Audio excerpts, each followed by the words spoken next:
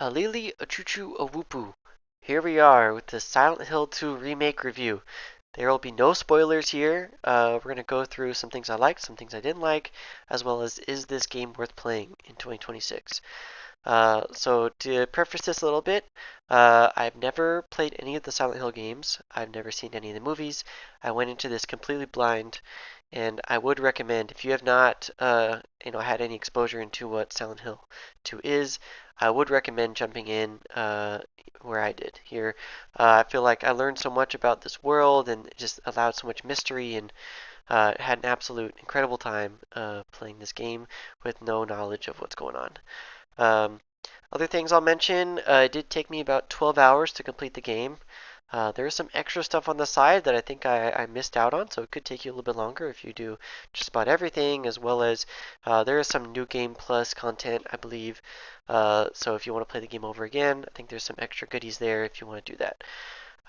In terms of a spooky meter, now to warn you, I think I'll do some of this on some of my horror game reviews. How scary was this game? Compared to some other games, I would say this one was pretty scary, but not super scary. In terms of out of 10, I would say this game comes in about an 8. About an 8. It was pretty spooky. It maybe left me on edge quite a few times, but it's not over the top scary. There are some jump scares here and there, but it's really not too scary. So, if you can handle some little jump scares here and there, some little crazy imagery, I think you'll be fine. So going into the things I did like about this game, and there will be quite a bit, the atmosphere of this game is absolutely incredible. As you can tell already from the trailer kind of in the background, there's this fog throughout the city, and I thought, like, at first glance, I thought it might get a little annoying, like, hindering how much you can see and just being obnoxious. It really wasn't. The game, I think, really plays on that. Everywhere you go, there's different things going on, but the atmosphere, they really commit, and you feel it. You feel like you're very much in the game. You're very committed to the story. It truly was one of the best atmospheres I think any game has put me through. Um, some other things, I think the voice acting and the cutscenes are absolutely incredible. They look great, as you can see in this trailer. But the way James, the main character, as well as a lot of the other characters deliver their lines, it really felt real and human.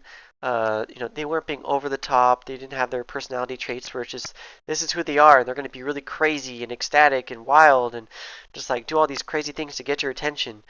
The game really like commits itself to the story, how it wants to talk to you, and James is just like a really sad guy. To give a little bit of background as to what is going on here. Again, no spoilers.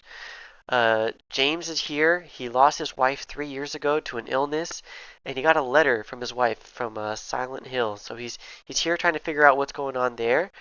And you just hear this guy from the beginning. He just sounds sad and lost and longing for something. And throughout the game, you see some things happen, and his voice changes, and it truly is great what they did here. Some other things I would say, this game does have a lot of puzzles, uh, and I'm someone who enjoys puzzles, but also I feel like an idiot sometimes and can take too long and get a little lost. So it does have puzzles, but they do feel doable. The game leaves breadcrumbs, and it kind of like locks you in an area when it's like, okay, this is where you need your stuff. Figure it out, and if you take the time and read everything, it is definitely doable. It doesn't feel impossible. You don't feel too lost. There were a few times where I got pretty hard stuck, and maybe I could have spent a little bit more time, reading everything or thinking outside the box. But there are solutions to these things online. It's nothing's really like that crazy. Uh, so I do enjoy the puzzles. There are a lot, but yeah, I think in terms of game puzzles, these were definitely some of the best ones that I've gotten the experience going through. And I would also say, some of the animations in the game were really awesome. James, when he gets aggressive and starts beating people down with melee weapons, it is so satisfying. My goodness. I don't know if that says anything about me, but it was very satisfying. Fighting the enemies, finishing them off, doing all that, I think was really really awesome. They did a great job there. Now, some things I did not like about the game. I have one big thing that I did not like about this game. That is James's running and walking speed. Oh my goodness, this guy is so slow. He seems like he's in shape. You see him now. He seems like a fit guy. Turns out he is not. He is so slow. Oh my goodness. He's in life or death situations frequently, and this guy is just brisk jog. This dude does just not care about life. I don't know what's wrong with him, why he's so slow, but he is. And it adds up. I would say it bothers me while I'm going through it, but also if you think about the total runtime of the game, it took me about 12 hours to go through everything. I think if he had a normal running speed where he actually would move, it probably would have been cut down to maybe 10 and a half hours. I feel like so much time was spent wandering around at such a slow speed that it just slowed things down. Um, so knowing that going in, hopefully that won't bother you as much. I think that's something you can get over and be patient with. Patience is not one of the things I'm known for, but uh, yeah, that was something that bothered me. I would say the size of the areas was a little tricky. You know, it's like right here in this trailer, we're looking at one of the hospitals, one of the locations you go to. Uh, some of these areas are gigantic, and they have so many rooms, and there's so much to do. And you know, maybe that's great. Maybe you want more game, you want more things to do. It gives you that for sure. However, I feel like some things got drawn out a little bit too long with just how many rooms there was to investigate, how many things there was to look into, enemies to fight. I think some of the areas were just a little bit too big. Hospital being one of them. Also, the final place in the game, I think, also took a little while.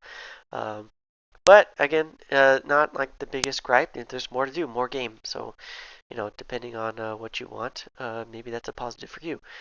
Um, Another thing, I feel like the lack of weapon variety was a little disappointing. He gets about two melee weapons throughout the game. Maybe there was more that I didn't find. It's possible, but um, it felt like there could have been more. You know, the melee weapons were satisfying. I loved the melee combat. It was very fun.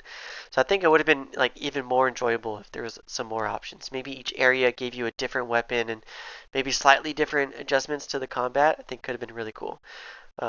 So minor issue. I think that would have been a good way to like knock things out of the park. Um, Lastly, James's motivation. You know, I did tell you in the beginning, just like kind of why we're here. James's wife is sick. He's under the impression she died 3 years ago, and we're here because we received a letter.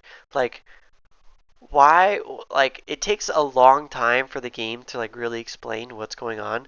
Maybe there were some breadcrumbs along the way that I was not picking up on. That's more than possible.